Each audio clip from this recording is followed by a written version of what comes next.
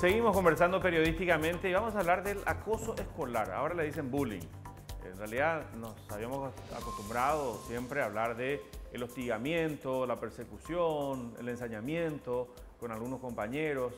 Algo que uno probablemente también vivió como espectador, como protagonista, como víctima en su etapa escolar. Está Digna Gauto del Ministerio de Educación con nosotros. ¿Cómo estás, Digna? Gracias por estar acá. Muchas gracias por la invitación. El cargo propiamente que estás ocupando en este momento es... Estoy como psicóloga de la Dirección General de Promoción y Protección de los Derechos de la Niñez y Adolescencia del Ministerio de Educación. Sí. ¿Y cuántos casos tienen ya, no sé si decir denunciados, si es la expresión educativamente correcta, pero registrados este año de situaciones que se dieron de acoso escolar y que siguieron el protocolo, los directores siguieron, porque hay un protocolo de actuación que hay que llevar adelante? ¿Cuántos casos tienen? Asimismo, nosotros tenemos un protocolo que está por resolución ministerial, que su aplicación es obligatoria. Es la 8753, sí, que ya data del 2012, donde en realidad este protocolo insta las denuncias a nivel institucional.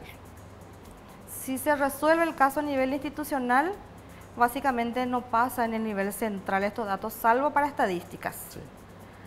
Ha ocurrido últimamente que no tuvieron respuesta a las denuncias dentro de las instituciones educativas, entonces recurren a otras instancias para acompañar el proceso de intervención, de consulta, de denuncias que se lleva a cabo. El caso del Colegio Cristo Rey, el caso de estas niñas que hicieron una campaña interna en el colegio, ¿verdad?, molestas por la violación de su intimidad, ¿verdad? Les sacaban fotografías no consentidas y las compartían inclusive a través de un sistema en internet, ¿verdad?, de un acceso en internet. ¿El colegio cómo actuó allí para ustedes, para el ministerio? Justamente yo estuve conversando con el director, estamos acompañando desde el Ministerio de Educación todas las iniciativas. Hasta ahora nosotros nos dimos cuenta que realmente el proceso que han llevado adelante desde la denuncia en sí corresponde totalmente a las actuaciones y no está tipificado como acoso escolar. ¿Y cómo qué se tipifica algo así? Una conducta hasta de ese el tipo. momento, porque tiene una investigación también, sí, penal que se va llevando adelante. Entonces hasta ahora entra dentro de lo que se puede llamar violencia telemática, porque es una vulneración de los derechos sexuales y reproductivos que las grave niñas todavía vivenciaron. ¿O no se puede hablar de gravedad entre el acoso escolar y esta violación de derechos? Se puede decir que es un hecho punible. Sin claro. embargo, el acoso escolar no constituye un delito. Si bien no en nuestro país, salvo que dentro del acoso escolar se configure otros hechos punibles, ¿verdad? Como por ejemplo ya son la violencia física extrema, donde ya, qué sé yo, hay hechos de sangre, donde, qué sé yo, tuvimos casos también donde ya le esperan grupos de sus compañeros y le golpean físicamente. Claro, ahí ya hay otra agresión, digamos, totalmente, física. ¿verdad? La agresión psicológica no está entonces tipificada como un delito todavía. O sea, ese acoso, cuando se vuelve muy sistemático, cuando se vuelve constante, si no llega a un nivel de violencia física, no constituye un hecho punible aún. No, absolutamente. Hay que rescatar un poco lo que significa el acoso escolar. Una violencia que se da no solamente física, también emocional, claro, también puede ser social, entre estudiantes, pero que definitivamente tiene que ser reiterada en el tiempo para que se configure como acoso escolar. O sea, puede tener consecuencias gravísimas al estudiante, consecuencias psicológicas graves el acoso escolar, ¿verdad? Pero que después de un proceso bien llevado a cabo por los adultos de la institución educativa, podemos subsanar esos hechos, ¿no? ¿Qué hago yo como papá cuando me doy cuenta de que a mi hijo, a mi hija, le están sometiendo a un hostigamiento, no sé, por su condición física, gordito, gordita, por su color de piel, por su forma de comunicarse, por lo que fuere? Se elige un motivo. Se suele decir que los niños pueden ser bastante crueles a veces, y eligen un motivo y lo eligen como un blanco constante de hostigamiento. Y yo trato de hablar con los demás papás, los papás de esos chicos, y ellos no colaboran, no ayudan. Entonces, ¿qué yo hago como papá? ¿Qué puedo hacer? ¿Qué me recomienda el ministerio? ¿O cuál es el paso que yo debo dar? Bueno, acá definitivamente hay que atender a la víctima como al victimario. A la víctima por las consecuencias que estamos diciendo, consecuencias psicológicas graves que pueden repercutir en su proceso educativo, en su proceso de desarrollo integral. Pero también el victimario, porque hay que reencauzar esa conducta. Hoy puede ser un estirón de oreja, hoy puede ser que le sacó al compañero su mochila, le perdió, qué sé yo, le llevó un lápiz, pero esa agresión que está manifestando contra la otra persona se puede agravar en el tiempo si el padre o la familia no toma, obviamente, los recaudos necesarios para reencauzar esa conducta.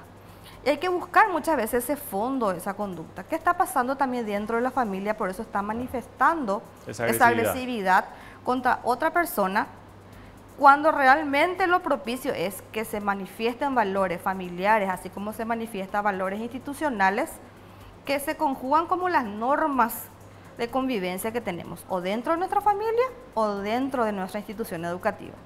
Y se está quebrantando esas normas. Claro, y la autoridad, porque estoy pensando, el planteamiento típico, el papá que se da cuenta le dice a su hijo, defendete. Bueno, el hijo no tiene esa conducta de ir a pegarle a nadie, no se defiende. Entonces uno trata de hablar con los demás papás dicen, no, para mi hijo, esto es cosa de niños.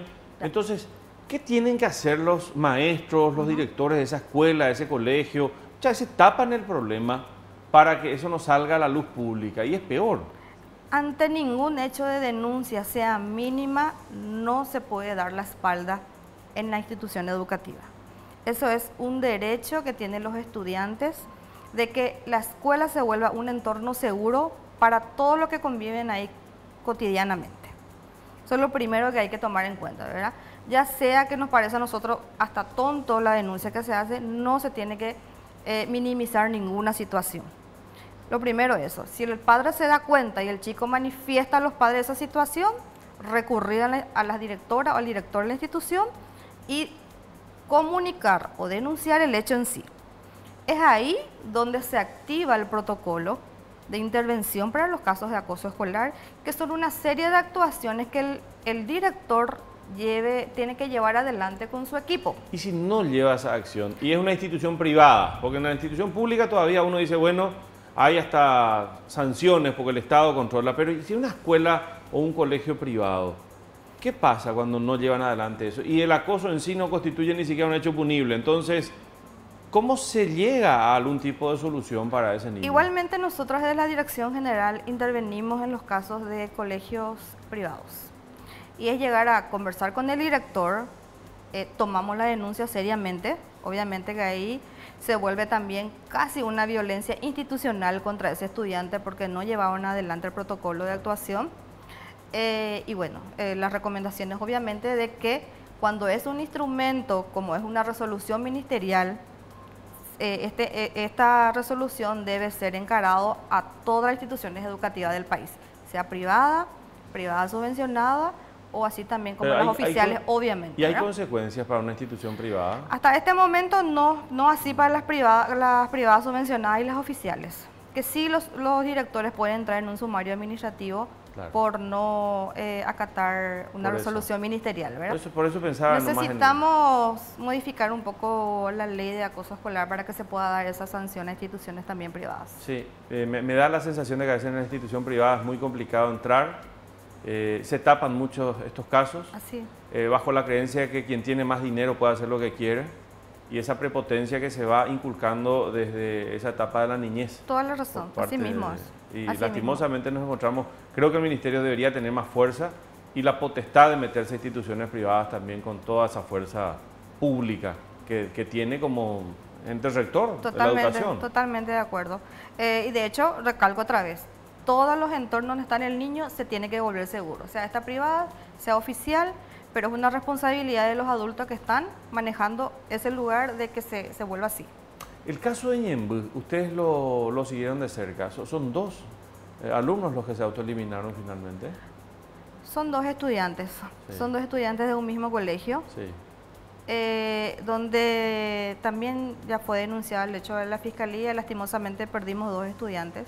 era un caso también de acoso escolar contra una de las estudiantes. Sin entrar, digo, en los detalles, pero para entender y para aprender de esto. ¿Qué puede desencadenar, digamos, un acoso de esta naturaleza? Así mismo es. Las últimas conversaciones que tuvimos con los directores del colegio manifestaban que este hecho no se daba en la institución educativa, pero sí en el entorno de la comunidad en sí. ¿Ah? Y ahí, digamos, hay gente que por se las redes desliga y dice, no, sociales. como no es en el colegio, entonces no es mi ámbito de actuación. Así mismo. Eso no es integral, entonces. Está más tipificado como el ciberbullying, por las redes sociales, por el entorno un poco más donde se esconden personas y no dan también la cara. O sea, es un poco más complicado de decir, bueno, quién es el victimario en estos casos. Pero el hostigamiento venía de la comunidad, de gente de la comunidad también. Comunidades del entorno en sí, ¿verdad? De otros amigos de la misma edad. Qué bárbaro. Estamos hablando, licenciada, de dos vidas adolescentes que se perdieron. Así mismo. Y que perfectamente pudieron haber sido salvadas, rescatadas, si había alguna forma de combatir ese acoso. Totalmente. Yo creo que ahí la familia en primer lugar, así como el Estado, ha fallado completamente en los mecanismos de protección para estos adolescentes. No supimos primero encontrar los signos, porque generalmente hay signos antes de cometer estos hechos, que nos den un poco esas alarmas o de prestar atención a lo que nos estaban pidiendo, muchas veces no con palabras, sino con a lo mejor con textos, con gestos, con estados de ánimo, y que muchas veces no damos la debida importancia ante estas situaciones, y esto genera realmente, aparte la ausencia también muchas veces de las familias, justamente por el hecho de que sean adolescentes, como que ya le decimos, ya están grandes, manéjense solos, ustedes ya tienen ya responsabilidades. Sin embargo, es uno de los procesos evolutivos donde yo diría que es donde más necesitan un apoyo emocional para poder superar cualquier dificultad que puede generar el entorno. Una pregunta que se suele hacer un padre es, ¿a los cuánto le doy el acceso a Internet o le permito tener alguna red social, Instagram, Facebook, usar el WhatsApp? ¿A los cuánto le doy un teléfono? ¿A los cuánto le doy el acceso a esa red social? Porque también uno no quiere quedar al margen, digamos, y ser el cavernícola para el hijo, mientras que el niño está conviviendo con otros niños que ya tienen, digamos, ese acceso. Entonces, ¿qué es lo que se recomienda desde el ministerio? Porque ese acceso es el que después permite el ciberbullying también, ¿verdad? El empezar a relacionarse en la red, cuando uno empieza a compartir un material, ese material pasa a ser de la red, no pasa a ser de uno. Sí, de hecho que nosotros también hemos generado instrumentos donde en las instituciones educativas se deben de utilizar todos estos aparatos tecnológicos ahora con la debida responsabilidad, o sea, estando a cargo de un docente al frente y de, por supuesto, tratar de facilitar ese proceso con capacidades establecidas dentro de los programas de estudio, ¿verdad?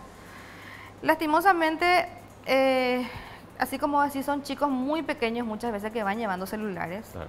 Si bien muchos de ellos no tienen un control parental, internet a full, sí, entran las páginas que ellos muchas veces escuchan por otros compañeritos, insta ahí un poquito también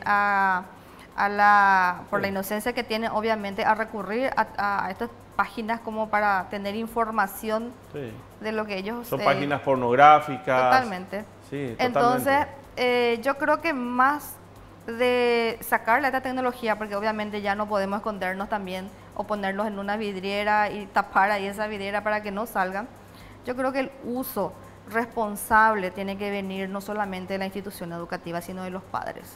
Y por sobre todo los horarios.